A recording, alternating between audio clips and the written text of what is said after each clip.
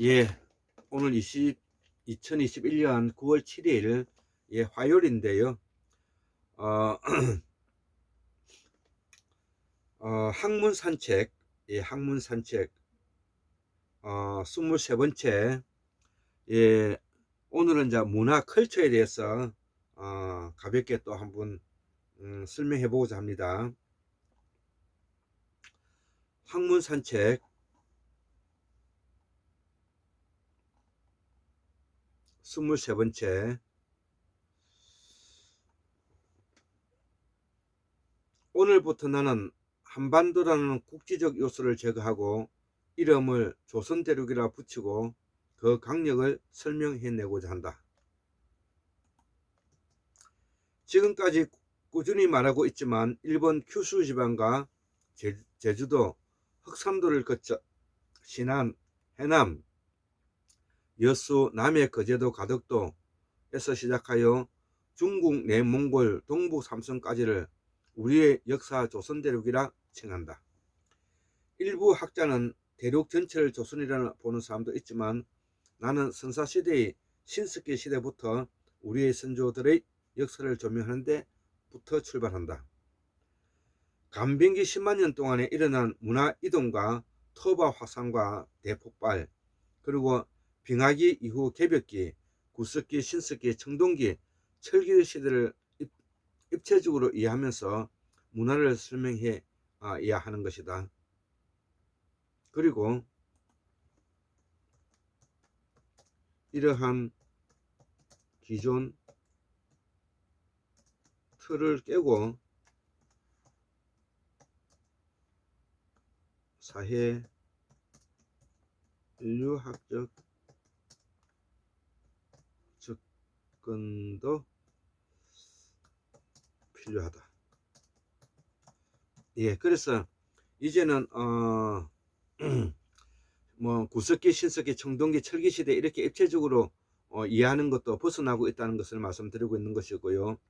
왜 무엇 때문에 중국 문화권과 다르고 일본 문화권과 다르고 조선 문화권이 다른지를 설명하고자 한다.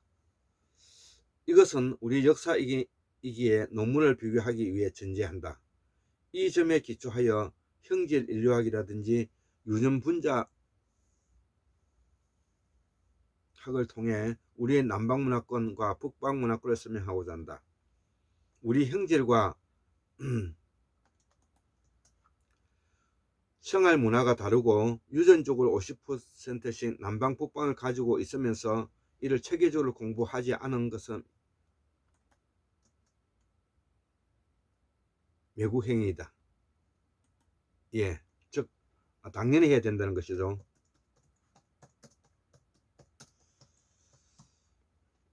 이는 인간의 인류학적인 기질과 체질을 낳기에 궁극적으로 골장의학으로 마무리하고자 한다.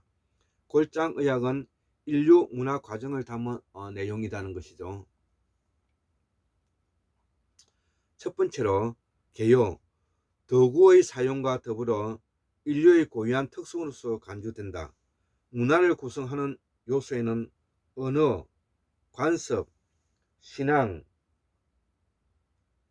관념, 규범, 제도, 기술, 예술, 의례 등이 있다.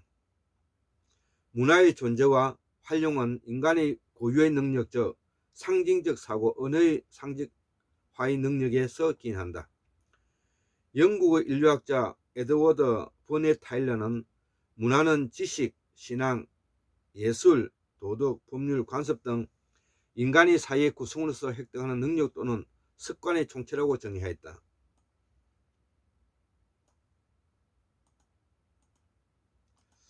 문화는 일단 확립되면 자체의 생명을 가지게 된다. 문화는 한 세대에서 다음 세대로 전달되며 그 기능은 인간이 사회 속에서 안전하게 생활하도록 하는 것이다.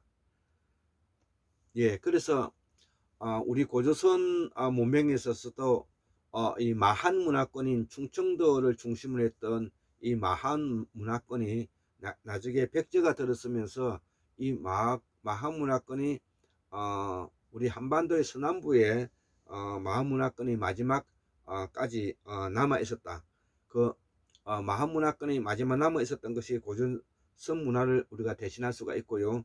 그 바탕 위에서 그 문화는 지금도 계속 지속해 오고 있다. 그래서 지금 전라남도 사람들의 그 문화는 그때의 그 문화를 그대로 가지고 있다. 이렇게 이제 이해하시면 되는 것입니다.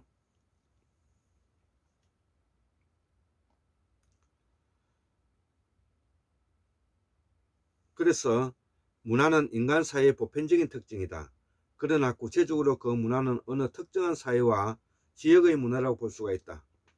영국 인류학자 에드워드 버넷 타일러는 저서 원시문화 1871년에 서두에서 문화에 대해 다음같이 정했다. 문화는 지식, 신앙, 예술, 도덕, 법률, 관습 등 인간이 사회의 구성으로서 획득한 능력 또는 습관의 총체이다.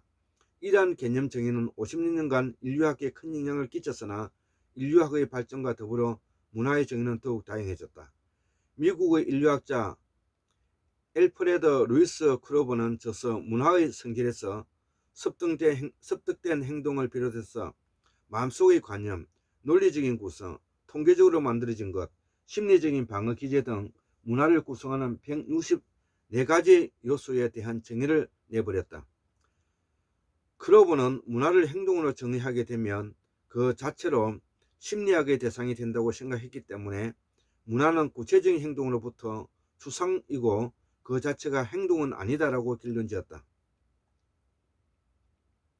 그러나 크로버의 사고방식에 따르게 되면 결혼식이나 도자기에서 추상된 것은 과연 무엇인가 하는 의문이 생기게 된다.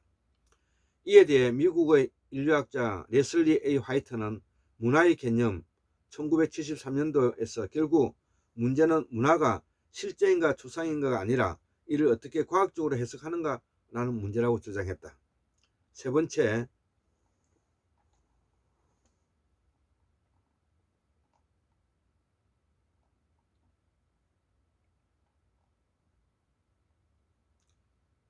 문화와 인간 정신에 대한 보편주의적 접근법. 위에서 서술한 것처럼 문화는 상징적 사고라는 인간 고유의 능력에서 유래한다. 인간 이외의 동물에게나 의미나 행위를 이해하는 수 있는 능력이 있다는 증거는 아직 없다. 예를 들어 타일러는 일찍이 저서 인류학 1881년도 저서에서 가장 뛰어난 원숭이와 가장 열등한 미개인들을 나누는 심적인 간격이 있다고 했다. 그러나 상징작용의 신체 해부학적인 측면에 관해서는 거의 알려진 것이 없다. 인간은 매우 큰 뇌를 가지고 있다. 중추신경조직 전두엽의 상징화의 능력이 있는 것은 분명하지만 전두엽이 어떻게 상징화를 행하는지 또 어떤 특정 메커니즘에 의해 상징화가 진행되는지는 앞으로 밝혀져야 할 문제다. 신경해부학적인 측면에서 상징적 과정에서 관해서는 아직 밝혀지지 않은 문제가 많지만 심적 작용의 과정에 대해서는 어느 정도 알 수가 있다. 먼저 상징을 정신의 특정 진화 단계에서 나타나는 특징으로 간주할 수가 있다. 심적 작용의 진화 단계를 분류하면 다음과 같다. 1단계는 단순한 반사적 작용이고 이 다음에 행동하는 반응을 일으키는 사물의 성격과 유기체에서 유기된다. 예를 들면 빛에 의한 자극을 증가시킬 때 발생하는 동고의 위축이 이에 해당한다. 2단계는 조건 반사 단계이다. 파플로프의 실험에서 개의 타액선이 종소리에 반응하듯이 이 단계에서는 자극의 성질에 따라 반응이 일어나는 것이 아니라 유기체가 경험을 통해서 획득한 의미에 의해 반응이 일어난다. 3단계는 수단적 단계이다. 이 단계에서는 실험에 대해 이용되는 수단, 바나나, 막대기, 침팬지의 신경 조직에 따라서 외부의 사물에 대한 유기체의 통제작용, 즉 행동 속에 새로운